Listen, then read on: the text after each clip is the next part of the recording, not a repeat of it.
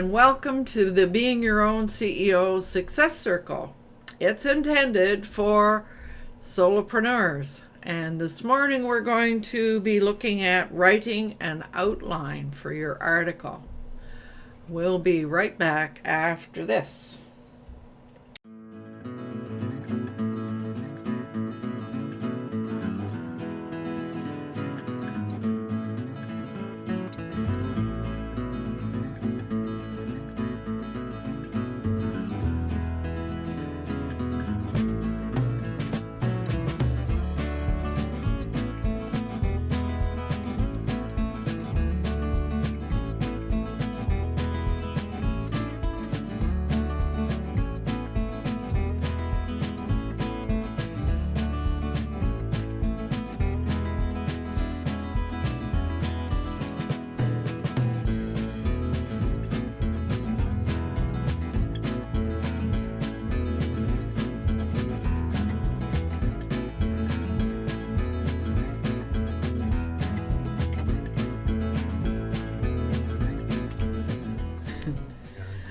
For a while now. Yeah. Hello, everyone. This is Lowell Ann, your host, and greetings, panel members. Hope all is well with you in your part of the world. I was going to say this morning, but it's not morning for everybody. So we will begin our session this morning as usual with some introductions, and I'll get us started by saying that I just love helping solopreneurs who want more from their business. In my coaching and consulting work, we work to overcome that feeling of overwhelm and the resulting procrastination, and work on bringing that business mastery plan into reality. So, good morning, and so Vivek, you were the first one here this morning, so how would you like to introduce yourself? Namaste. My name is Vivekanand. I am proud to share my belief with Steve Jobs and Leonardo da Vinci, who said simplicity is the ultimate in sophistication. So, I aim to bring time-tested wisdom and happiness together into your business and life by unifying, simplifying, and amplifying simple technology and tools. Wake Technology Private Limited is my company. Together, let us wake up our potential. So that's my elevator pitch. I am in England and we are going through a heat wave, and the temperature here is 32 degrees outside. This afternoon when I came back, I saw quite a lot of vehicles that have broken down because of overheating. Oh. So, Hang on. So I wonder why, because I mean, when there are other places in the world where it's hot, why would... yeah, it just that somehow we the British seem to be unprepared for anything. 2 flakes of snow fall down and everything comes to standstill. Gets too warm, everything breaks down. So what is this was coming through? It's reminiscent of an old joke in Vancouver to do with the snowfall, and said Vancouver snowplows are hard at work, both of them. Yeah, right. Yeah. So, Vivek, the news this morning said you now have a new prime minister. Yes, and he is compared to another person who is across the pond, and he's known as that person here. Oh So, dear. Across the pond. It's not hard to guess who you're referring to. Sorry to hear that. Oh man, it is nothing but a mess here. He's changing all of the stuff that he can change by himself to back to the 70s. He's Gee. taken the EPA and changing it to where we're going to be losing endangered species again because of the things he's doing. Yeah. Well, don't unmute, David. You were the second one here, so go ahead and introduce yourself. Hi, my name is Dave Flannery. I'm with United Country Sauk Valley Realty Team Flannery and Affordable Websites for Small Businesses, where I help small businesses get their web presence at an affordable price. Right now, we just got through with our heat wave. We were 32 degrees last week. This week, we're probably about 20 degrees Just temperate. Celsius, Yeah. and it's about 70 degrees outside, somewhere Yeah. around it. I don't know if that converts exactly across. I didn't check Google this morning, and I don't have Vivek's his handy dandy thermometer to verify. So, but it's close. There. We're around 70 degrees. Windows were open, and the air conditioner wasn't running. So, That's cool. so. Oh, thank you for being here, David. Oh, I also monitor chat, upgrade, and put any websites that we refer to in the chat so that we have a record of what's going on, and so forth and so on. So while we're on that topic, I have started on my website embedding the YouTube into a post. And when the comments disappear, I will be posting them in the comments section below so that we won't lose them. Because sometimes there are some things that people want to go back and find. So, did you ever get a response back to your comment that you gave them? nothing. No. Nothing. Okay. So David is referring to the feedback I gave YouTube. Told them, why are you making the live chat comments go away? Because we know that was supposed to have had something to do with safety of children. So I just made the comment and the feedback. There are no children on this in this webinar. Well, I agree with that statement. I am a big child. Okay. At heart. All right. You're allowed. Oh, dear. Anyway, so Nathan, I think you were the next one here. I believe so, yes. Yeah, my name is Nathan Siegel, hailing from Mexico. My thing is showing people how to position themselves as an expert in any industry.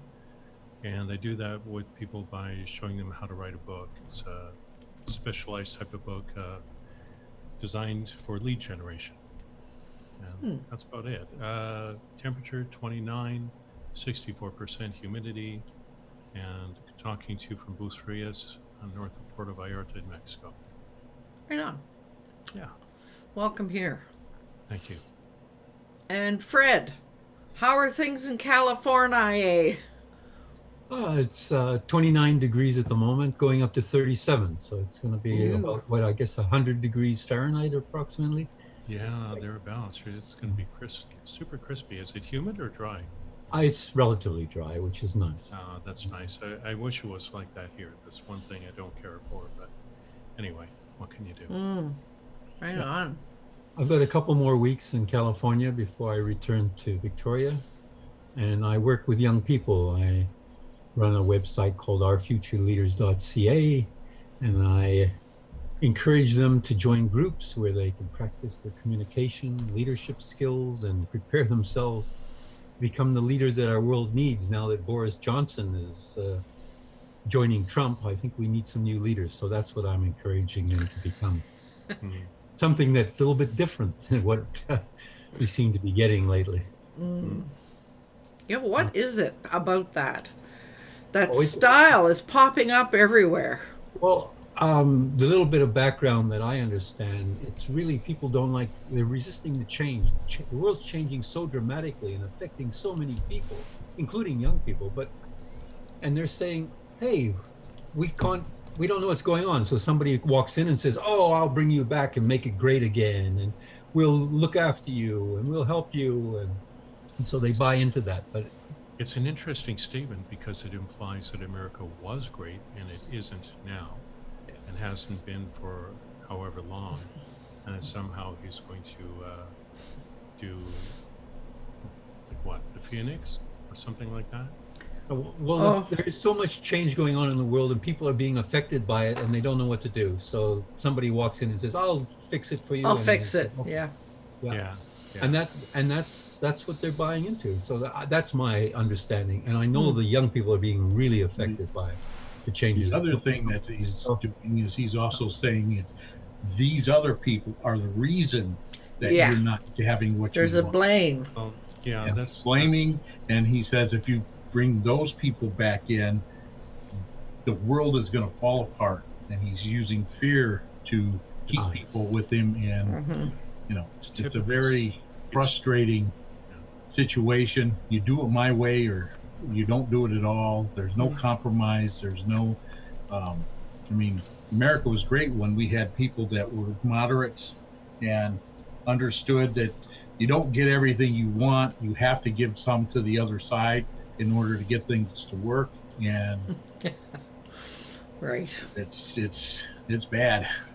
And well, the world is unfortunately, it's depending on what happens at the next election, it might get worse, a lot worse than what we're used to. well, there's no stopping the change though. So that's going to happen in spite of people saying I'll protect you from it. They're not, no one can protect you from it. No. Just prepare for it. And that's what I'm trying to do with young people. Help. So anyway. Well, I think it's important that we do it for ourselves as well, because we all are subject to that change and sometimes find it difficult. Yeah. So it's important work that you're doing there, Fred. So I'm glad you joined us this morning. So I see Alana is here. Hi, everybody. Sorry I'm late. I was just about to log on and my phone went off, so I had to take a call. But my name is Alana, coming to you from Ireland, where it is a balmy 20 plus degrees outside. Woohoo! So yeah, I'm loving it. My website is emptynester.blog.com, where I help empty nesters earn additional money online. And I also have my own company, ALB Digital Marketing Solutions, where I do local work for local companies, working with their websites and blog posting and writing and that sort of thing. So yeah, just so you know, on this side of the pond, Europeans in general have a lot of sympathy for what America is going through. And there's a lot of compassion. When they hear an American's voice, they're like, "Oh, you poor thing." So, Bless your hearts. yeah, Is that exactly. what you people say? Yeah. Bless I'm your sorry, I was muted, but it's like this: the world's smallest violin playing "My Heart Bleeds for You." Yeah. Well, there's no love lost for the Trump administration on this side of the pond. That's for sure. Nor in Canada. So, although I'm amazed though to notice that there are Canadians who sort of think Trump is okay, which I thoroughly do not understand. But anyway, Yeah. Well, everyone has their own theory. So what can you do? what can you do? Yeah. You know. I recently saw a YouTube video where someone was saying that these days, generally, people who have been on the western side of whatever the globe seem to have a more pessimistic view of the future, whereas people on the east seem to have all optimistic view of the future. So I think that's Yeah, I see the point there. But anyway, I guess we are way off the topic. Yes, we are, but I haven't introduced it yet. Oh, well, we do need to connect once in a while about the way we feel about the world around us. So I don't mind that.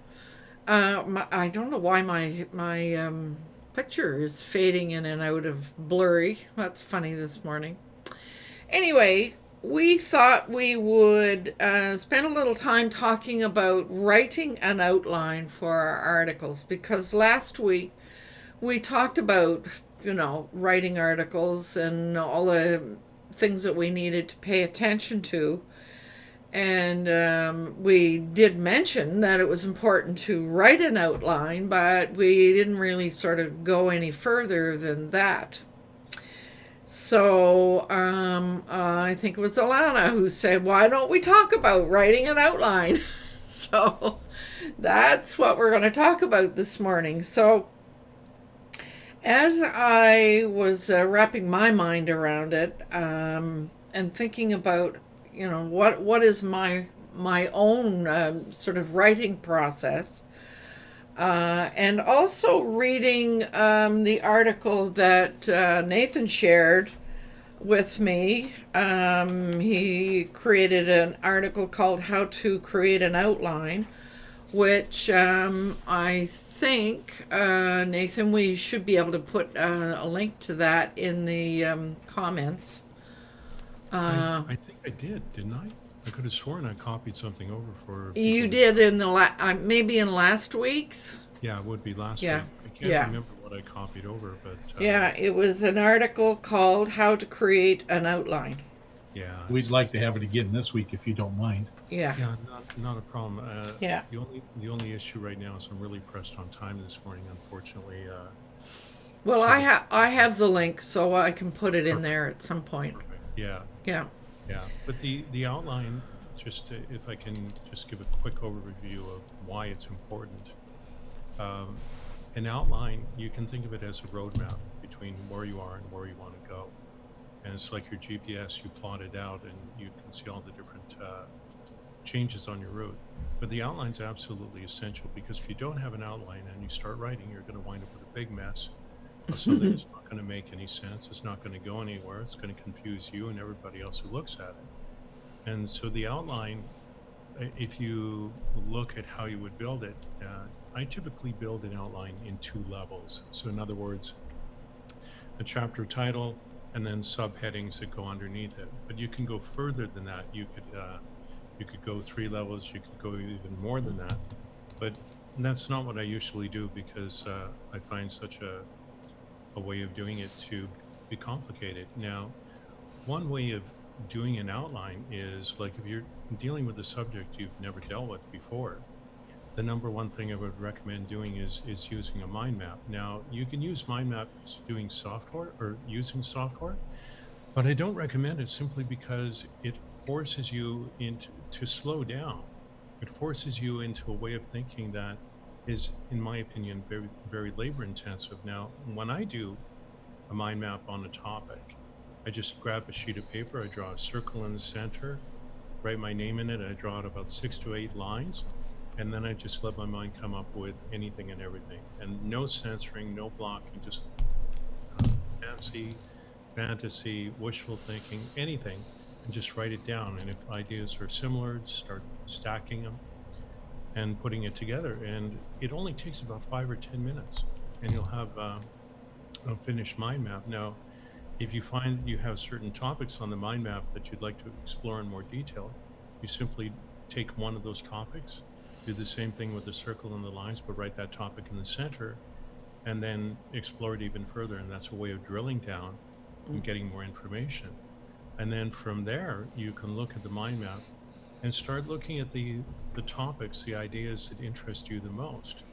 And from there, you could create an outline. Now, there are a number of different ways of doing it, but what I recommend is the least intensive way of doing it. 2 ways, either using Post-it notes or 3x5 recipe cards.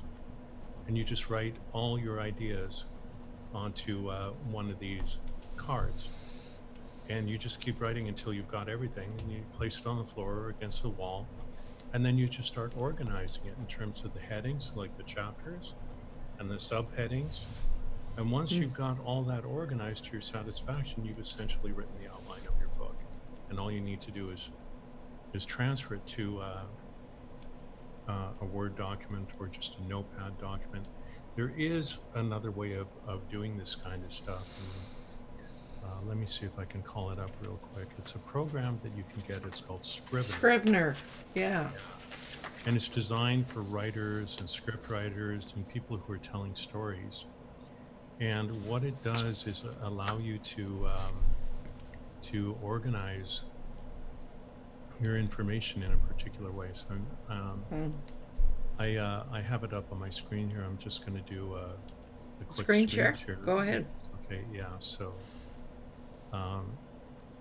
Meantime, I want to acknowledge Jay, who has arrived. Good morning, Jay. yeah. So anyway, I just want to do a real quick explanation here. So as you can see, you're looking at a whole bunch of different headings here. And what Scrivener does is it allows you to take all these items of an outline and put it into a document tree like this. And no matter which one you click on, if you click on one of these headings, that's a section, a document within Scrivener. And so all you would do is whatever you want to write, you write it in here, this section. But the other really cool thing about Scrivener in terms of organization, which I really love, is you put all the headings into Scrivener, but you might think later, I don't like where this one is. So you just simply click on it And move it. and drag it to a new position. You can't do that in MS Word. It's a nightmare. You'd have to copy the entire section out, change the heading, update the contents. A real pain in the butt. But with Scrivener, you can move things around really quickly, really easily. And when you're finished with your document, let's say you want to format it for Kindle or something, you just go to the file menu, you export it as an RTF, and then you can start formatting it for Kindle. Apparently in Scrivener, you can actually format it here. I just haven't tried it yet. The Scrivener is an extremely valuable tool when working with an outline. It'll save you a truckload of time, and in terms of actually writing something and putting it together, again, it's going to save you an enormous amount of time. It will allow you to organize your content very quickly. So this looks like it would be a boon for somebody who, especially who's writing a book. Absolutely. But probably a little bit overkill if you're just writing an article. Yeah, you wouldn't need it for an article. Right. I mean, you could use it for articles, but again, it would be overkill for that. But for books, for scripting, for webinars, all that kind of stuff is really great for that. Highly recommend it. It's relatively easy to use. It can be complicated if you wish. It's a really good tool, and with your outline, it's going to help you a lot for sure. Yeah, and they have a long-running free trial on it, and when it comes to buying it, I think it's like $45 US, and it's worth it. Oh, Yeah. is that a one time or an annual? I think it's a one-time fee, as far as I know. Okay. I haven't checked, but I think it's one-time fee. So, so when you talk about a mind map, for me, I wanted to kind of go back a little bit further back, Sure. because one of the things that I've noticed, and I would be interested to hear what everybody else experience would be. One thing I have discovered is that if I want to access the creativity and the whole brainstorming and all of that, I have to get away from the keyboard.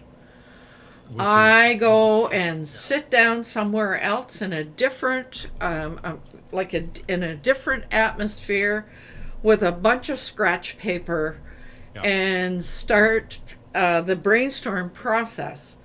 And as you suggested, the brainstorm is just getting everything that you can think of out there and onto the paper.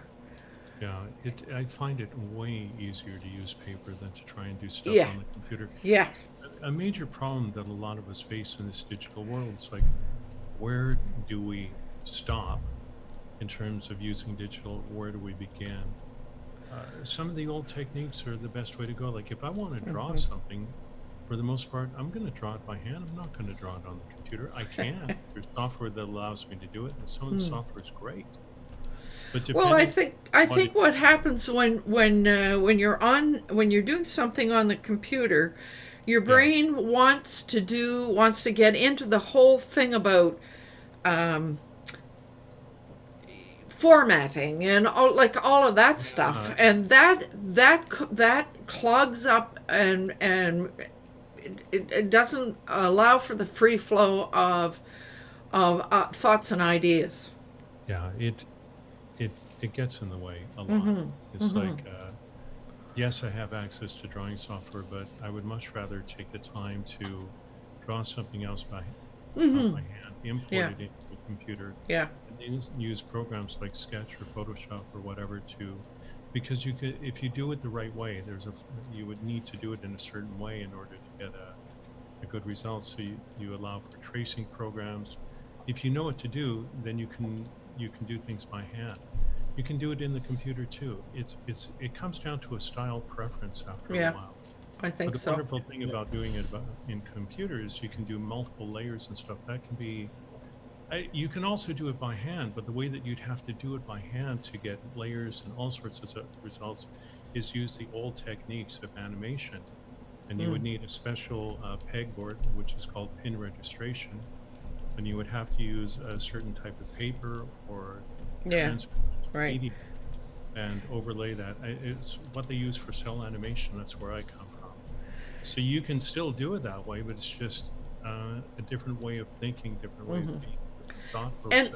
And I sort of wonder if this need to get away from the keyboard and the computer, if it has anything to do with the way we were conditioned in our school system. Can't I, tell you that.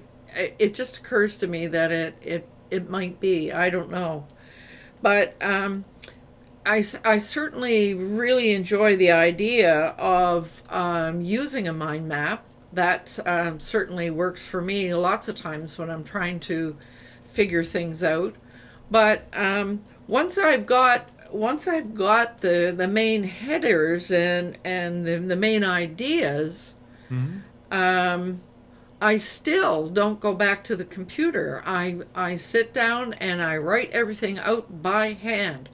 And for some reason, I like things flow when I'm writing. I see it. I don't know if it's a kinesthetic thing. Oh, there's Jay waving around his. It could be. I mean, in my case, I can type fast enough so I can get my thoughts out. I am way more productive using my computer when it comes to writing and so on. But I have some different writing processes, and unfortunately, I have to go in about 1 minute. Okay. But I mean, when it comes to creating things, I have so many different ways of getting things done, and the computer is one of my main tools. But sometimes I print everything out just so I can see what it looks like, and then just start arranging things, and then I go back to the computer and organize stuff. It just really depends on what it is. But more often than not, I stay on my machine because I'm a pretty fast typist. So you're suggesting that all of this depends on your personal style. Absolutely. It always comes down to that. But I mean, if you talk to some of the people I know, like in copywriting, for example, they ditch the computer right away and they sit down with a yellow legal pad and they do everything that way. It's just an entirely different thought process. And in some ways, for some people, it's better. Well, and I don't even use legal paper or whatever. I use the back of used paper. Whatever works. Doesn't matter. Anyway, I gotta go. I'm sorry. All right. Well, I'm glad you came and shared your experience, Nathan. Thank you. So what about everybody else? Do you do your work at a computer, or do you step away, or what happens? I agree with what you just said, Llewellyn. I have been listening to an audiobook, which is a biography of Steve Jobs. Mm-hmm. And in that, he says Steve Jobs used to create things using pen and paper first, Huh. not on an iPad, not on a Mac, no, on pen and paper. So and look at how much creativity he has brought into this world. So So what is it? What I mean, it's bizarre. Well, I could tell you what it's all about.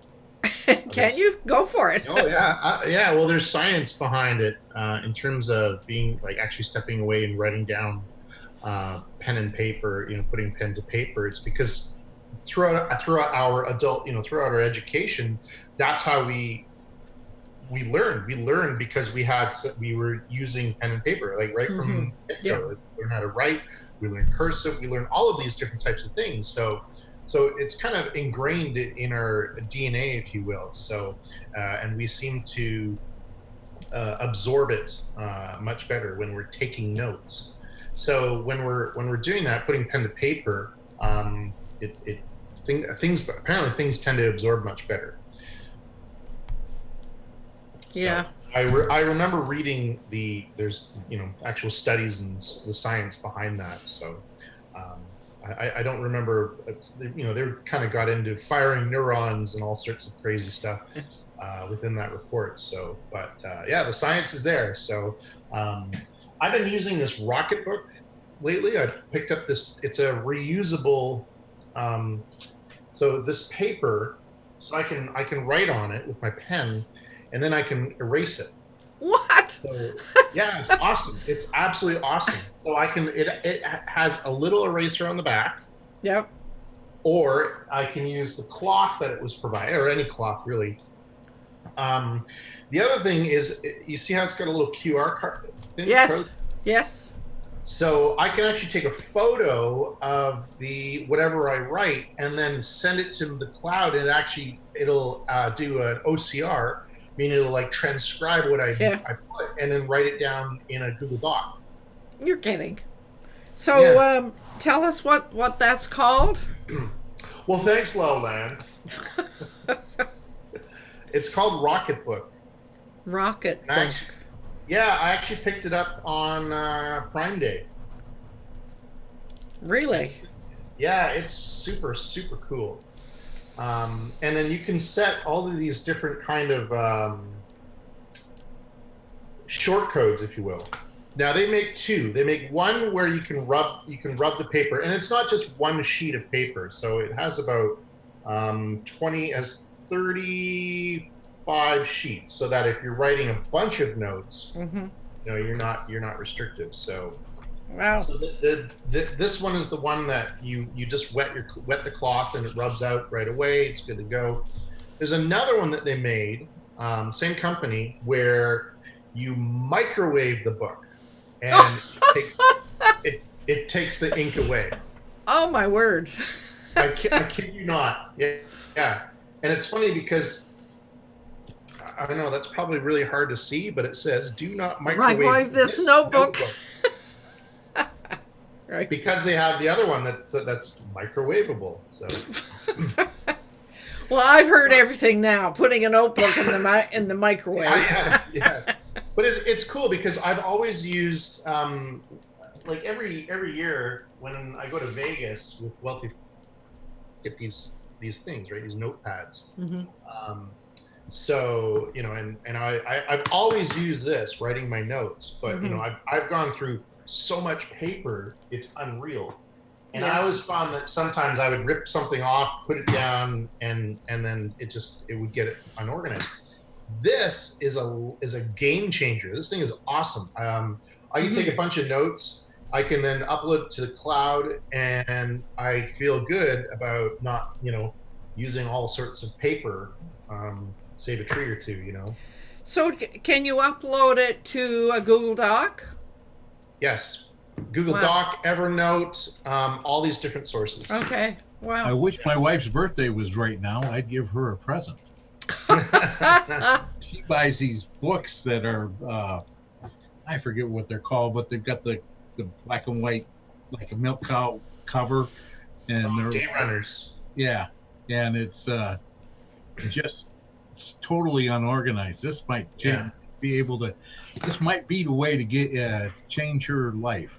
So Wow. And they have different sizes. So yeah, they have the smaller size, and then they have the 8x10 or 8.5 by 11 size as well. Right on.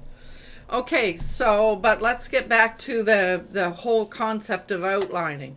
So Jay, what do you mind map what's your process? For creating an article? Yeah. Like what Yeah. do you No, I don't mind map. No. I mean, it depends on the article. So if it's a review, I have a specific template, right? And then I just follow along with that template, but in terms of doing research, what I do is I'll go do my research and I'll write my notes down. And then I have a little stand here in my office that I use, and I prop that up, and then I look at the notes and then start writing the article. Now, if it's a non-review type of article, the same kind of concept, except I don't have the template. Well, I sort of do have a template, but again, I just write my notes. And so, I don't have a specific linear type of process, because, articles are supposed to be dynamic. They're not supposed to be exactly the same. So do I mind that? Absolutely not. No, because I find that takes me away from actually doing the article, right? I find mind maps, which are great, but I think mind maps are better for large scale projects that have, this kind of a longer end of the road type of scenario, like a product launch or even just figuring out a funnel, versus an article. So that's where my mind went. Well, first of all, I want to thank you for bringing up that business of doing the research, because doing the research around your keywords and then doing the research around the content should be where you begin, and then sit down and pull those the research and and what comes out of your own brain together. And then the other thing that you suggested, and I agree 100%. I can't say I find mind mapping is good for brainstorming. It's better for sequencing, but organizing. It's an organizing process for me. Yeah, absolutely. Yeah. So mind mapping, brainstorming, same kind of thing, but it's, everyone does it in their own. Well, we all have our own thing. And the other thing that you raised was the scientific thing. Well, we talk about the 3 different ways that human beings learn. So visually, audially, and kinesthetically. And I think that whole writing process combines the visual and the kinesthetic. So I think that anything that combines as many of those three ways that we learn is going to be more successful. So yeah, putting pen to paper, since the early man, right. rock to rock, but we've been doing it for a very long time. I think we've really evolved that much from that kind of process. So, get your thoughts out in a different format, versus typing away. Yeah.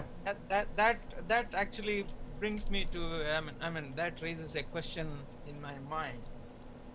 What about the present generation or the young generation who have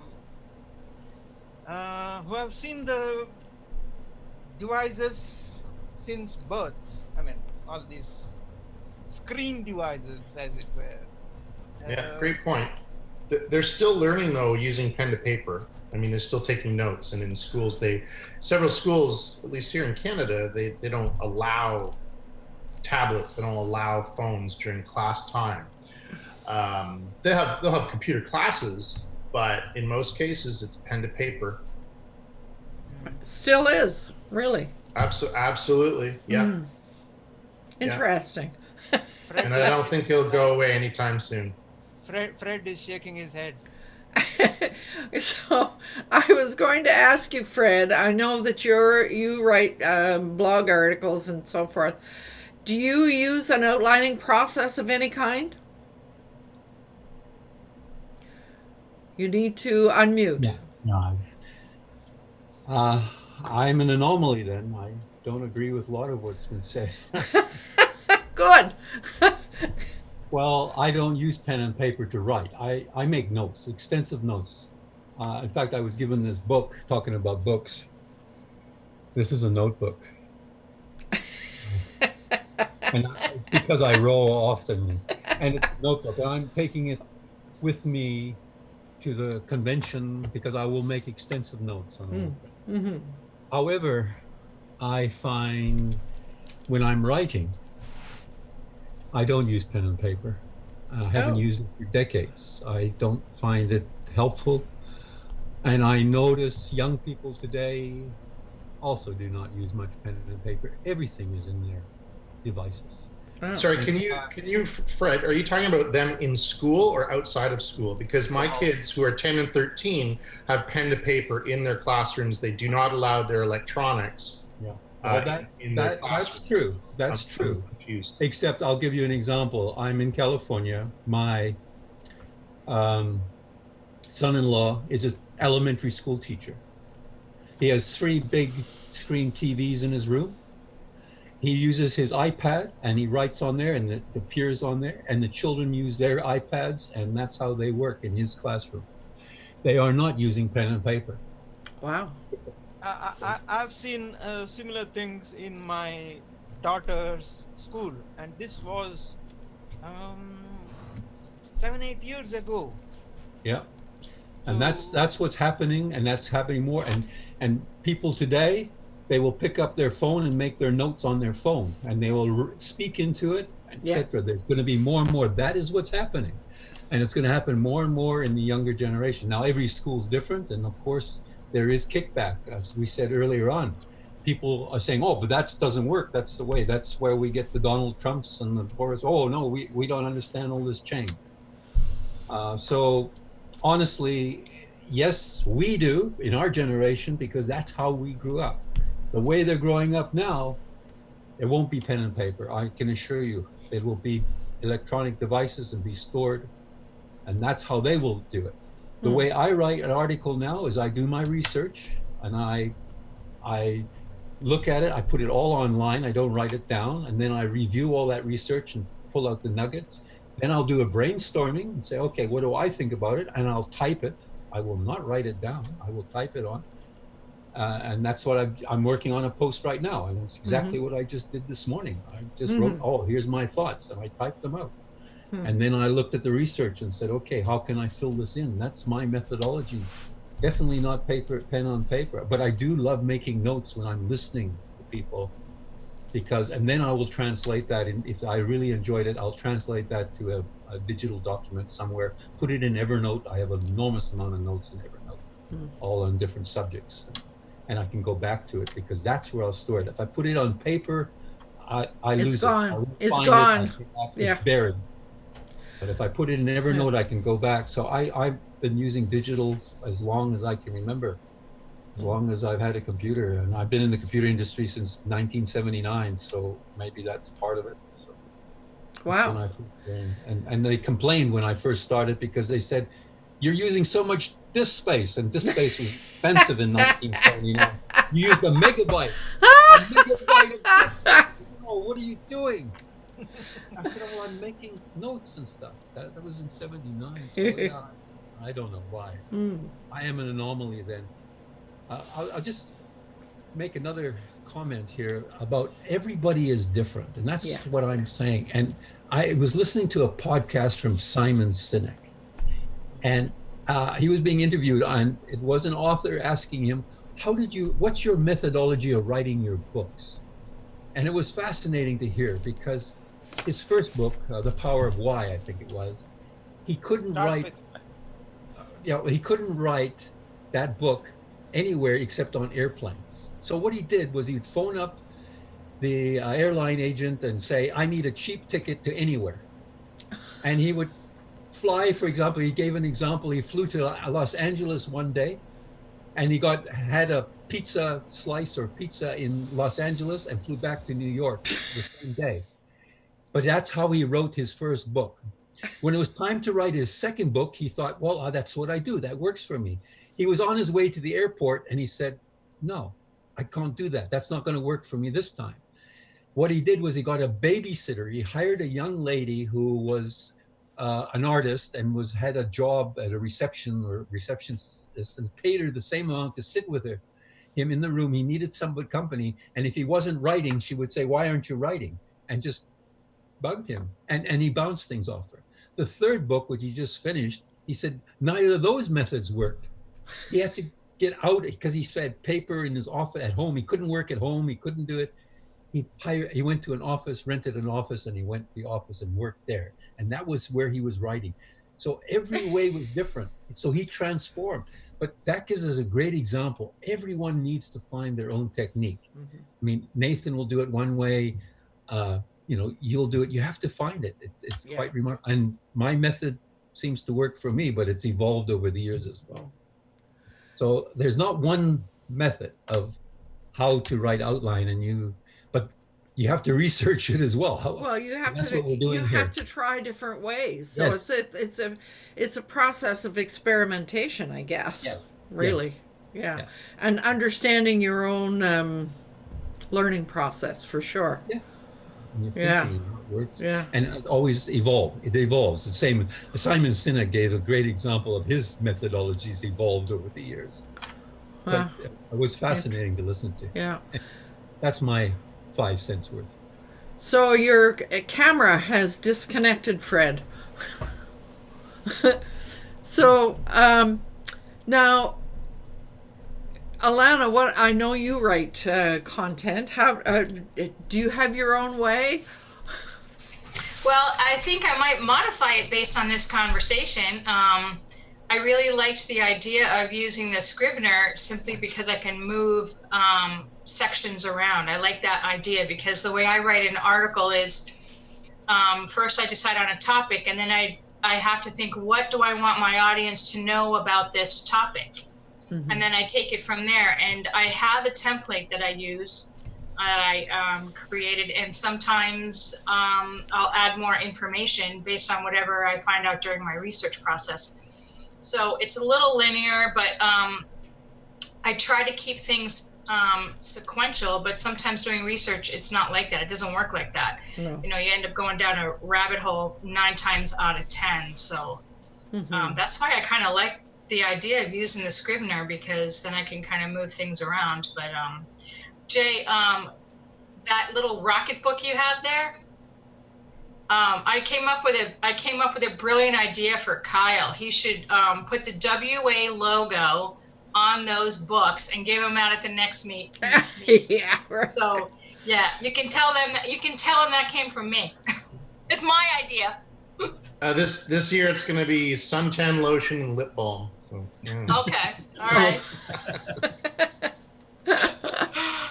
But anyway, so that's how I write my content.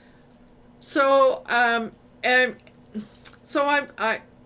think I'm somewhere between doing everything. Like I do, my thinking and my writing is all on paper, but all of my research and all of everything I do gets transferred to electronic. So Fred, I'm with you. I mean, I store all that stuff in various places because I might want to go back to it sometime or whatever. But the act of writing is always pen and paper.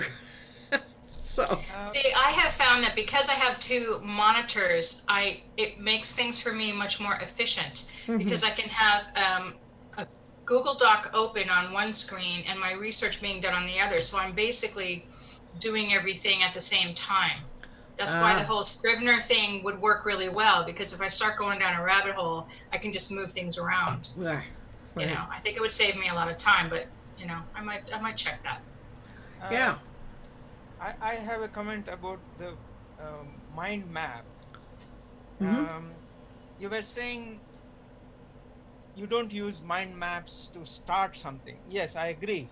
Mind map is very useful for presenting things so that it is memorable for your audience. The points that you're making, the idea that you're presenting, they will be memorable for the audience.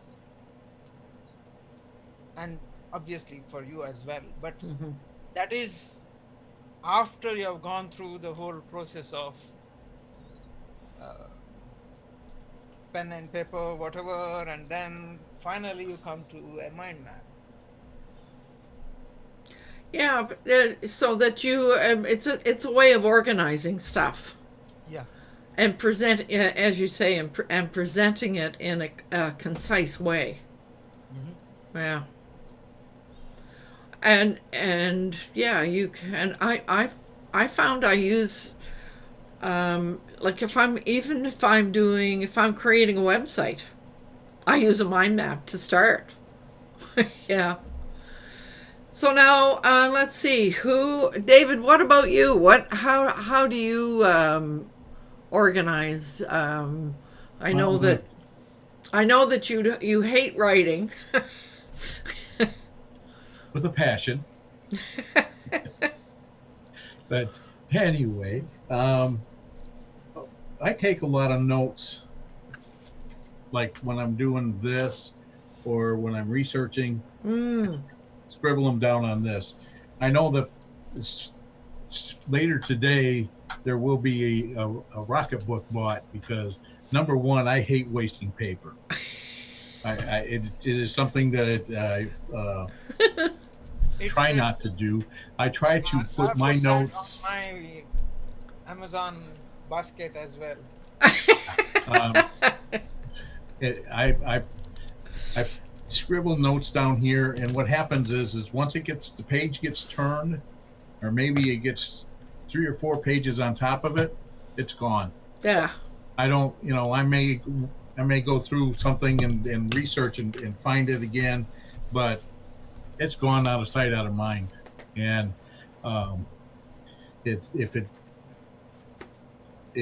putting it down on paper helps me remember it. It does. I do my outlines. Well, like when I do a review, I follow what Jay does. I have a template that I follow, and I do my research as I'm filling in my template for my air fryers. I go through and I set up a blank page that has all of my headings that I need to find the information for, the dimension, the weight, the manufacturer. And as I'm doing that, I'm taking notes to find my pros and cons. And I try to come up with about 6 of each. And then those become my headings for the review. And then I turn those headings over to my writer, and then they fill it. They take the headings and they give me an introduction. They give me the review in a paragraph, 1 paragraph review, and then those headings, and then my review is done. The reviews are pretty successful.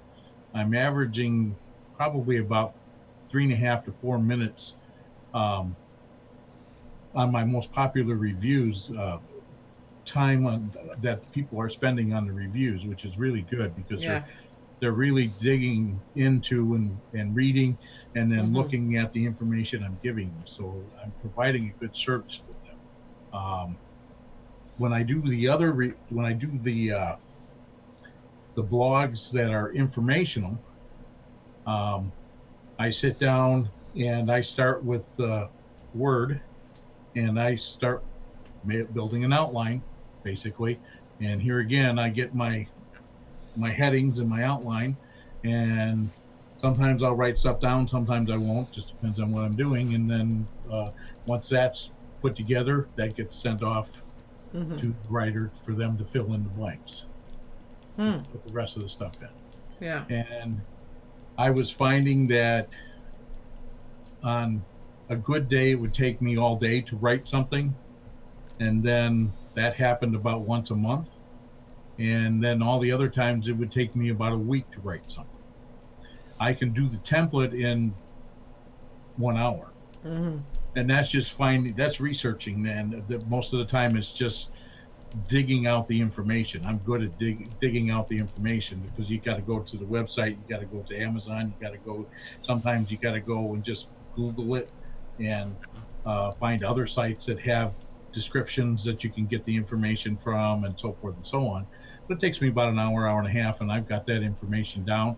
And then it takes me about an hour, hour and a half to write out my headings, and then that goes to someone else, and I get it back in a day, and I'm saving 4 days, 5 days of work, Mm-hmm. because I'm having the other stuff written, and it's a lot better. I mean, the information I was writing was okay. It was somewhat okay, but it sure is a lot better than what I'm getting is sure a lot better, and people seem to enjoy it a lot better. So an outline is really important. Is it? Yes, That's yeah. So as I was just looking at my scribbled notes here, I mean, even when we're doing this, I scribble notes. It just sort of helps to keep the focus, even in this kind of an activity. But I'm really interested in knowing whether anybody uses voice, dictation, and as a way to record what they're doing. Are you using that, David? Yes, I use Dragon Naturally Speaking. Oh, you do, eh? That when I do write, that works the best for me. I would rather speak it out than write it out. Here again, Mm-hmm. I'll do my headlines and then fill in the blanks underneath, but it's a struggle for me. Hmm. And and I'm not a perfectionist by any stretch of the imagination. It just never comes out very good. And I don't know. I guess I don't. You could actually use Google Doc Yes. on your phone and use it as a kind of dictaphone. Mm-hmm. Open Google Doc on your phone, Mm-hmm. hit Yeah. the microphone button there, and keep saying what you need to write down.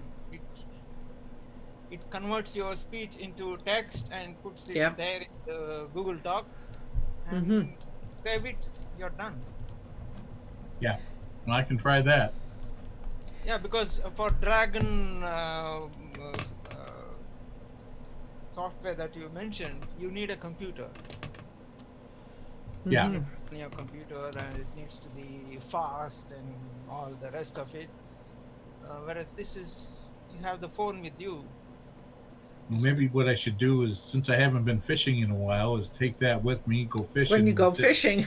sit and wait for the fish to bite. I can be talking about what I need to do. I don't know. It might work. Yeah. And I sit out there, and when I do fish, it's a time for me to clear my mind. Usually, when I go out, and I'm not looking to catch a lot of fish. I'm just looking to sit down and watch the birds and the bees go by and clear my mind. Peace and quiet. Yep, peace and quiet. Well, speaking about that, I find that if I'm doing anything on my phone, I use voice activation for texting, for making lists, for creating ideas. I do everything on my phone using texting. But if I'm going to sit down and write an article, I'm still going to use a pen. Does anybody else use voice to text for anything? Jay? Yeah, I use it. I don't use Dragon. I use the Google Docs one. That Yeah, seems it to- works really well. Yeah. Yeah. So, based on, I'm looking at we're right at the top of the hour. Good heavens, do you think we could we could finish up on time for a change? So, I just, I guess the conclusion from our discussion is that we all have our own style, and maybe that style is based on the way we were educated and our comfort level and our learning style. Yeah. So so before we close, anybody have a parting shot that they would like to give before we close out? Anybody? I'll just say, just work within your own comfort zone and your own environment. I mean, Yeah. I think it's, these sessions are great to gather ideas and perhaps gain some inspiration. But just because person A does it doesn't mean that you have to do it that way, or that is going to be the way that's going to be the success for you. I mean, it's in my opinion, it's all about taking little bits from other people and then molding it into your own path. Mm-hmm. Well, you get ideas to try. Mm-hmm. But you got to try. You got to try. You see if it works for you. That's right. Yeah. So I encourage you, everyone, to try a Rocketbook today. Do you want to post your Amazon thingamajig on? I'll take my karma. I'll take the karma. Oh dear! But thanks for telling us about it. So I've already posted out there, but it's just the regular link. It's not your Amazon link either. I'm not doing that. I just I put the link in that we want. If anybody deserves it, you're the one that should give me your Amazon link and put yours in. But I'm not set up with Amazon. I don't have enough traffic these days to make it worthwhile. So. Hey. You can tell Alana's just itching to put it down there. All right, Alana, put it down. Put it in there. Hey, I'm up to $4.33 for this month from Amazon, so I'm doing good. I'm happy. No, I'm gonna take the karma as well. I'd rather have the karma. Yeah. Oh, you guys are funny. All right, so we've I think we beat the topic to death this morning. So we will end by my reminding you that it's important to do what you love with passion, and maybe a little bit of experimentation too. So bye for now, and we'll see you next week.